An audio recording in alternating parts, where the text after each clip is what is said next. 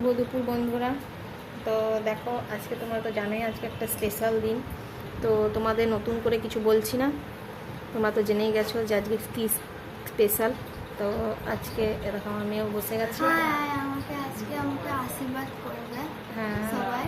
হ্যাঁ, তো ওকে খেতেও দিয়ে দিয়েছি, ওর থালাও সাজিয়ে দিয়েছি। দেখো তাহলে আজকে আমি রান্নাবান্নায় কি করেছি, চলো তাহলে দেখে নাও তোমরা।